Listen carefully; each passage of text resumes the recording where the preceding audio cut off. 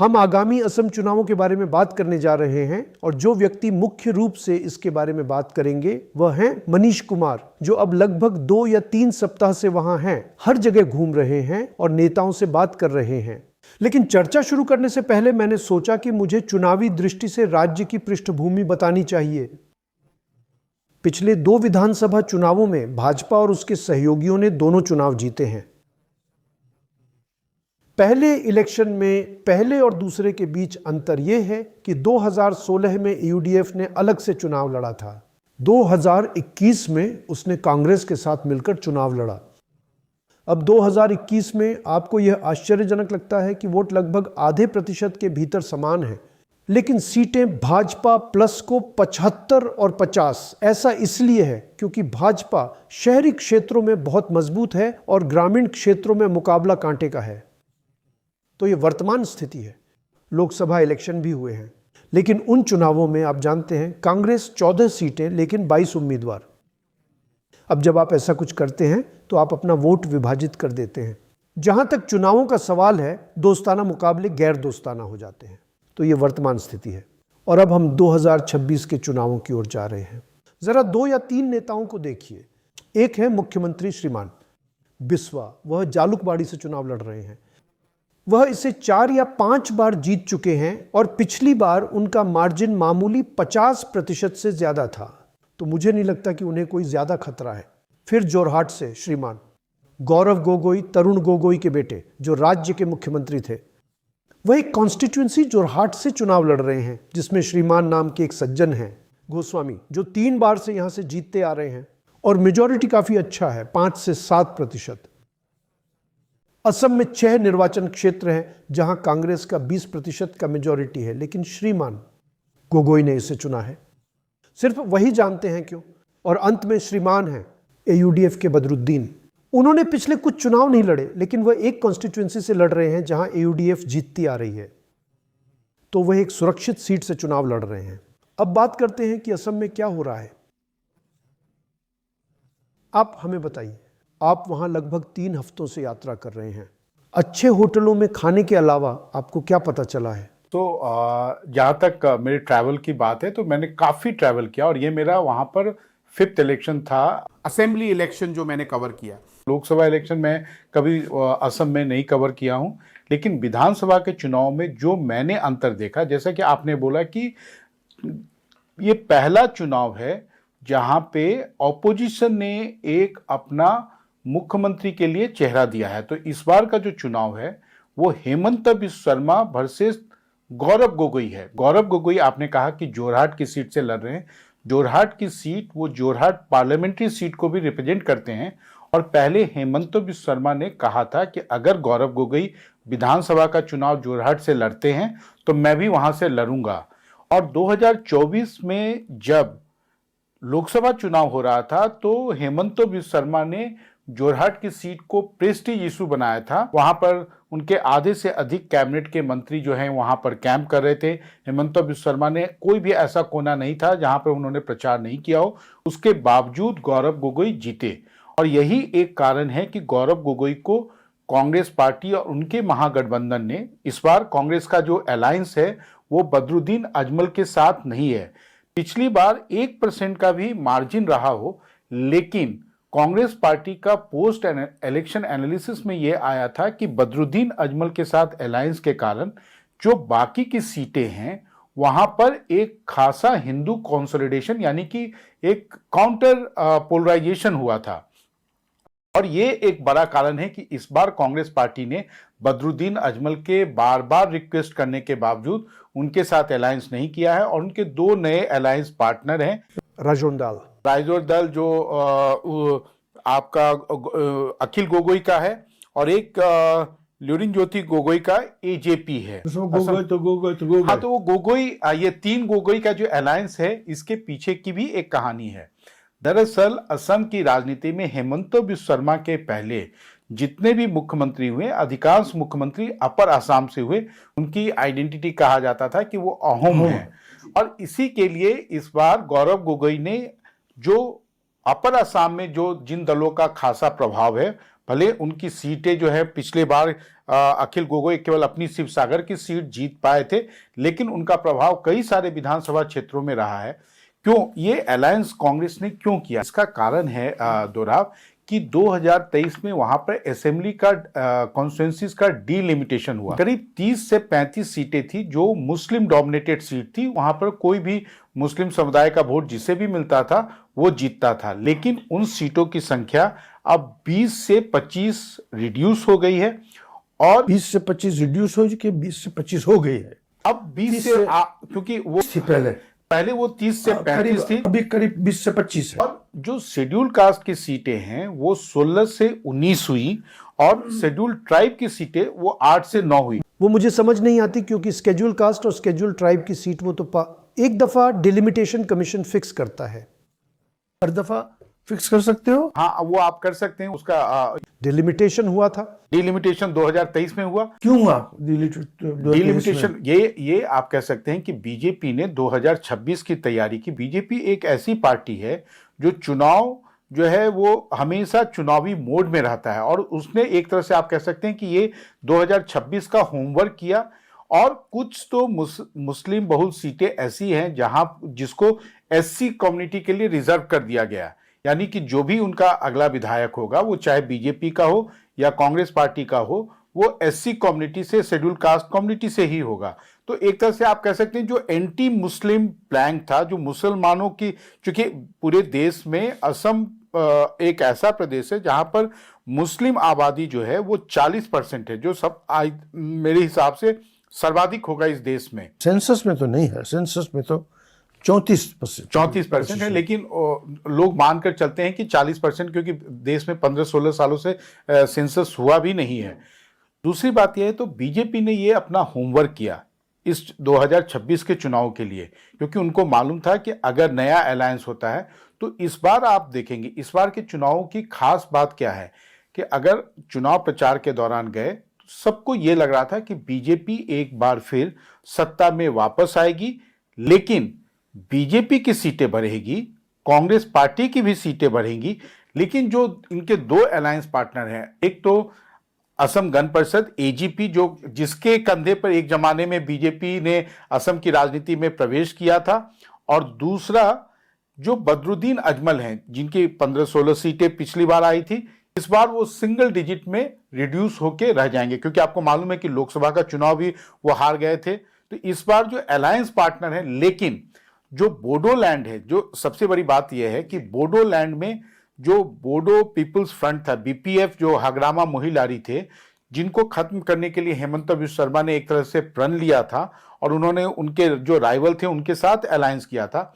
लेकिन आप देखिए बीजेपी किस प्रकार से चुनाव की तैयारी करती है कि पिछले साल जब वहां पर लोकल टेरिटोरियल काउंसिल का चुनाव हुआ, उसमें बीपीएफ ने स्वीप किया, तो बीजेपी ने जो अपने पुराना यूपीपीएल है उसको ड्रॉप किया, एक तरह से उनको सेटिसाइड, उनको साइड करके उन्होंने तुरंत हगरामा मोहिलारी के बीपीएफ के साथ में इस बार अलायंस किया है, और हगरामा 11 सीटों पर लड़ेंगे और बीजेपी वहां पर बोडोलैंड में जो 15 सीटें हैं वहां पर वो 4 सीटें पर वो चुनाव। ये व्यावहारिक राजनीति है, क्योंकि कोई विचारधारा नहीं है, तो मैं मजबूत व्यक्ति के साथ क्यों ना जाऊं। मुझे लगता है कि भाजपा जो कर रही है वह सही है। अब हम इस पर आते हैं कि भाजपा की तरफ से और कांग्रेस की तरफ से इस इलेक्शन में प्रमुख मुद्दा क्या है। भाजपा की तरफ से जो हम जानते हैं कि वे हमेशा वादा करते हैं, उसके अलावा होनहार लोग कौन हैं? आजकल चुनाव जो है वो प्रोमिसेस पे नहीं होता है। चुनाव आजकल जो होता है वो लास्ट के 90 डेज में, खासकर 45 डेज में आपने लोगों के खाते में कितने पैसे दिए, वहां पर बीजेपी का आप कह सकते हैं कि परफॉर्मेंस जो है वो बिहार में जैसे नीतीश कुमार ने किया था उसी तरीके से उन्होंने 10,000 नहीं लेकिन 9,000 जो है, और अरुणोदय स्कीम में 40 लाख महिलाओं के खाते में यानी कि 3,600 करोड़ रुपए उन्होंने चुनाव की घोषणा के ठीक 4 दिन पहले ट्रांसफर किए। इसके अलावा कई सारी स्कीम्स के पैसे भी गए हैं, जिसके कारण बीजेपी ग्राउंड पे काफी ज्यादा इस चुनाव प्रचार के दौरान इनविंसिबल लग रही है। मैं एक और सवाल पूछता हूं। एनआरसी और सीएए के बारे में ये सभी बातें हैं जिनसे मुस्लिम वोट के भी अलग थलग पड़ने और हिंदू वोट को प्रोत्साहन मिलने की संभावना है। उन चीज़ों का क्या प्रभाव है, और कहिए इस तथ्य का कि समान नागरिक संहिता आ रही है, उसके बाद में क्या होता है? देखिए, सबसे बड़ा चुनाव में जो आजकल का मुद्दा होता है वो पैसा कौन दे रहा है, रुपया किसने खाते में कितना पहुंचाया। तो कैंपेन करने की क्या जरूरत, पैसे दे दो, खत्म कर दो यार। तो अब आप मानिए या नहीं मानिए, चुनाव की अब देश के चुनाव की जो सबसे बड़ी सच्चाई यही है कि आप प्रधानमंत्री नरेंद्र मोदी हो या आप राहुल गांधी हो, जो मुख्यमंत्री जिस राज्य में जितने पैसे देता है उसका स्ट्राइक रेट उतना ही ज्यादा बढ़ता है, और वो पैसा भी जो है वो चुनाव के पहले on the eve of election जरा मुझे समझने दो। मान लीजिए कि आप 3,000 रुपये दे रहे हैं क्योंकि आप मुख्यमंत्री हैं, और मैं कहता हूं कि अगर मैं मुख्यमंत्री बन गया तो मैं 6,000 रुपये दूंगा। आपको लगता है कि मेरी बात काम नहीं करेगी? वो किया है, उसने आंध्र प्रदेश में ये काम किया है कि जगन मोहन रेड्डी ने काफी पैसे दिए थे। एक तरह से आप कह सकते हैं कि डीबीटी का सैचुरेशन लेवल तक उन्होंने पहुंचा दिया था। चंद्रबाबू नायडू ने उनसे ज्यादा ऑफर किया और चंद्रबाबू नायडू वापस आए। लेकिन देखिए, ये जो पूर्वोत्तर के राज्य, वो भी पवन कल्याण के साथ एक इलेक्शन गठबंधन था। तो क्या आप कह रहे हैं कि ये सिर्फ पैसा है? देखिए, जो पूर्वोत्तर के राज्य हैं जहां पे गरीबी ज्यादा है, वहां पर ये जो पैसा जो खाते में पहुंचाता है, और खासकर अगर वो मंथली ट्रांसफर हो रहा है या on the eve of the election जो लमसम अमाउंट है वो काफी साइजेबल है, तो नेचुरली आपका देखिए, पैसे अगर आप पहुंचा रहे हैं तो आप एंटी इनकम्बेंसी को कहीं ना कहीं न्यूट्रलाइज करते हैं। जैसे असम में मैं आपको बता दूं कि चुनाव प्रचार खासकर लास्ट के 2-3 दिनों में देखा यह गया कि करप्शन को कांग्रेस पार्टी ने काफी बड़ा मुद्दा बनाया और हेमंता बिस्वा शर्मा के खिलाफ कई सारे आरोप लगाए। हेमंता लास्ट टाइम भी लगाए थे। नहीं, लेकिन इस बार थोड़े से कांग्रेस पार्टी, वो चाहे राहुल गांधी हो, प्रियंका गांधी हो, सब ने उनके ऊपर यह कहा कि अगर हम उनकी सरकार आएगी तो इनको जेल भेजेंगे, इनके खिलाफ इंक्वायरी कराएंगे। लेकिन आजकल हो क्या रहा है दौरा कि जो पैसा जो सरकारें पहुंचाती है, वो पैसे के आगे जो है ये सारे चार्जेस जो हैं वो कहीं ना कहीं थोड़े से न्यूट्रलाइज हो जाते हैं। लोगों को लगता है कि अरे कम से कम इसने पैसे तो दिए हमें, और खासकर अगर आपने महिला वोटरों को अगर आपने पैसे दे दिए तो महिला वोटरों का जो वोट है वो एक तरह से आप जो है कंप्लीटली अपनी तरफ जो है अपने साथ जो है जोड़ने में कामयाब होते हैं। मैं आपको एक बात बताता हूं कि जैसा आपने देखा होगा कि बिहार में जहां भी हम एनडीए की सभाओं में जा रहे थे, महिलाओं की संख्या इस बार काफी ज्यादा थी। हेमंता बिस्वा शर्मा का भी असम में जितनी भी सभाएं हो रही थी, उनके रोड शो हो रहे थे, वो महिलाएं आ रही थी, और वो महिलाएं वही महिलाएं थी जिनके खाते में अरुणोदय स्कीम का पैसा जा रहा था। और अरुणोदय जो है बिहार की तुलना में ये ऑनगोइंग स्कीम है, क्योंकि आपने कहा कि कांग्रेस पार्टी ने वहां पे अपने वादे में कहा है कि वो 50,000 रुपए स्वरोजगार करने के लिए देंगे। लेकिन साथ ही साथ हेमंता बिस्वा शर्मा ने, जो निर्मला सीतारमण ने उनका ये मैनिफेस्टो को रिलीज किया था, उन्होंने कहा कि ये अरुणोदय स्कीम में जिसमें 1250 रुपए दे रहे हैं, तो आने वाले 5 सालों में इसको बढ़ाकर फेज वाइज इसको 3,000 भी कर देंगे। तो ऐसा नहीं है कि कोई एक बार में पैसा देके घर बैठ जाता है। मैंने सुना है कि आप जानते हैं भाजपा भी मूल निवासी लोगों के लिए भूमि अधिकारों का वादा कर रही है, ब्रह्मपुत्र पर और पुल। अब कह रहे हैं कि पैसा वो सब कुछ धो रहा है। क्या ये सही है?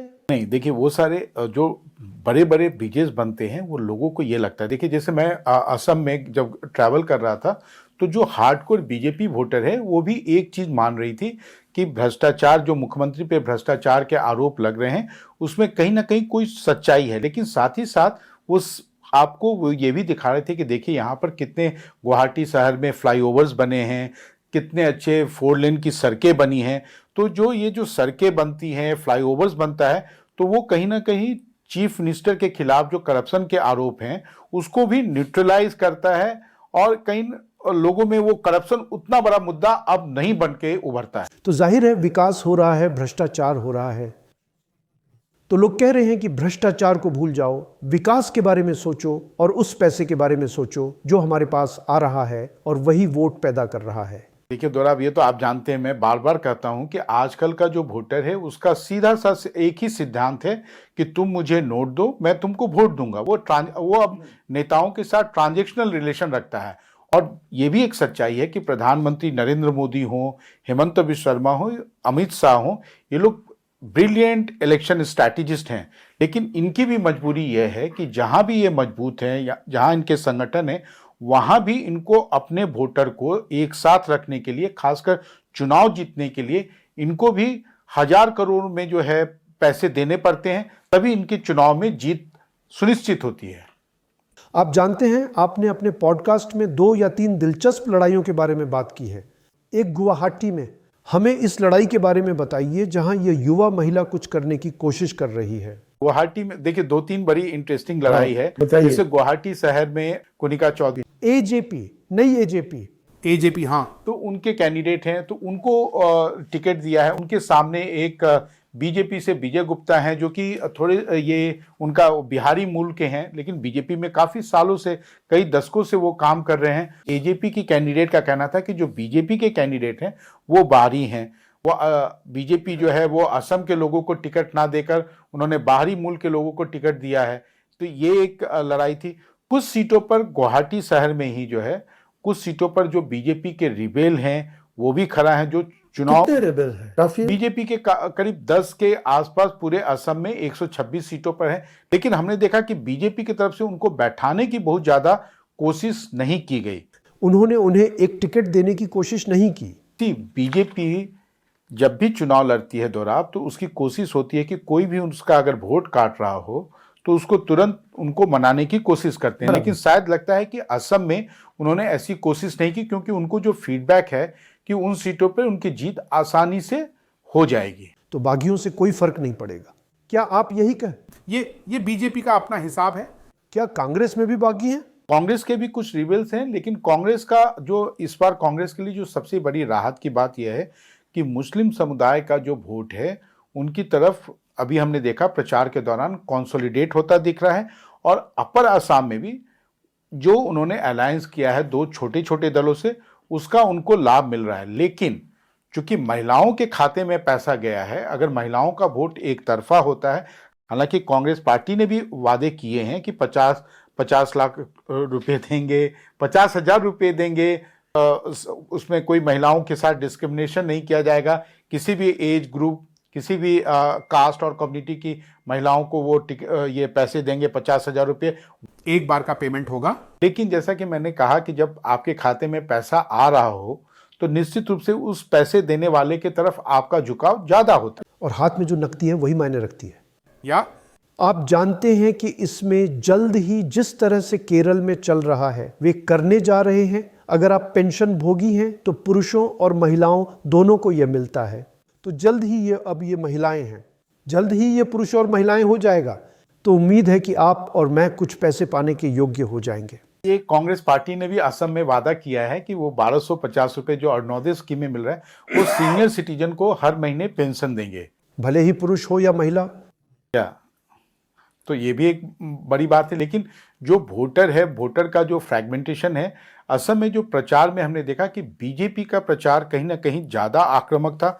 बीजेपी के पास एक संगठन है जो कांग्रेस के पास भी होता था, लेकिन कांग्रेस कहीं ना कहीं रिसोर्सेज में असम में मुझे बीजेपी के सामने थोड़ी सी कमजोर दिखी। हालांकि लास्ट के 4-5 दिनों में उनके नेताओं ने जमकर प्रचार किया है, लेकिन प्रचार से कुछ होता ऐसा नहीं है। वो एक साइकोलॉजिकल सोशल मीडिया पे आप एक हवा बनाने की कोशिश करते हैं। वोटर जो है वो चुनाव के पहले तक या जैसे जैसे उसके खाते में पैसा आता है उसका माइंड उसी हिसाब से मेकअप होता जाता है। इसके अलावा क्या यह इसलिए है कि मौजूदा सरकार नहीं, मौजूदा पार्टी 10 साल से सत्ता में है? क्या इसका मतलब यह भी है कि हर कोई अपने साथ हुई किसी भी चीज के लिए, अपने साथ हुई अच्छी चीज के लिए उनकी ओर देखता है और कहता है भाजपा ने ये हमारे लिए किया है? तो इतने लंबे समय तक सत्ता में रहने का उन्हें फायदा भी है। इस बात से कहीं भी इनकार नहीं किया जा सकता है कि देखिए वहां पर डबल इंजन की सरकार का एक इम्पैक्ट दिख रहा है। खासकर हेल्थ केयर में मैं देख रहा था कि जहां भी मैं जा रहा था वहां अच्छे मेडिकल कॉलेज पहले से भी वहां रहे होंगे, कई सारे कैंसर के हॉस्पिटल थे, क्योंकि मैंने देखा है कि पहले जो दिल्ली एम्स में सबसे ज़्यादा मरीज जो होते थे वो असम या नॉर्थ ईस्ट या बिहार से होते थे। लेकिन असम में हेल्थ के इंफ्रास्ट्रक्चर पर काफी खर्चा हुआ। उसके साथ ही साथ रोड इंफ्रास्ट्रक्चर जो है, रोड जो है इंटरनल रोड्स, गांव की ग्रामीण सड़कें, हाईवे, उस पर काफ़ी बदलाव दिखा। 10 सालों में काफ़ी कुछ हुआ। उसके पहले भी होता था। असम एक प्रायोरिटी राज्य रहा है केंद्र में रहने वाली किसी भी सरकार के लिए, लेकिन वहाँ पर एक ये लोगों में एक विश्वास जो है बीजेपी के प्रति थोड़ा ज़्यादा दिखा कि ये सरकार है तो काम कर रही है। हाँ, ये भी उनके कोर वोटर हैं, ये भी मान रहे थे कि भ्रष्टाचार भी बढ़ा है, लेकिन उनका कहना था कि काम भी तो हो रहा है। तो इन सबको मिलाकर क्या आप कहेंगे कि असम में कौन आगे है? निस्संदेह भाजपा। और यह बहुत स्पष्ट लगता है कि जहां तक असम का सवाल है, वे सत्ता में वापस आ रहे हैं। हम पोल्स का पोल करते हैं, ऐसा नहीं कि हम पोल करते हैं, लेकिन पोल्स का जो पोल हमने किया है, हमने नहीं किया है, जो कि हम 9 या 10 पोल्स का औसत निकालते हैं, वह बीजेपी के लिए 83 सीटें, कांग्रेस के लिए 40 और अन्य के लिए 3 सीटों का सुझाव देता है। तो अब इंतज़ार करते हैं, बस आपको बहुत थोड़ा इंतज़ार करना है। इंतज़ार करते हैं और देखते हैं कि क्या होता है। धन्यवाद मनीष बाबू, बहुत बहुत धन्यवाद। बहुत बहुत धन्यवाद गौरव, आपके साथ बात करने का हमेशा एक अलग पर्सपेक्टिव होता है, एक अलग उसका आप कह सकते हैं कि इनलाइटमेंट होता है लोगों के लिए। डिकोडर पर हमारा ये विशेष चर्चा जारी रहेगा, देखते रहिए डिकोडर।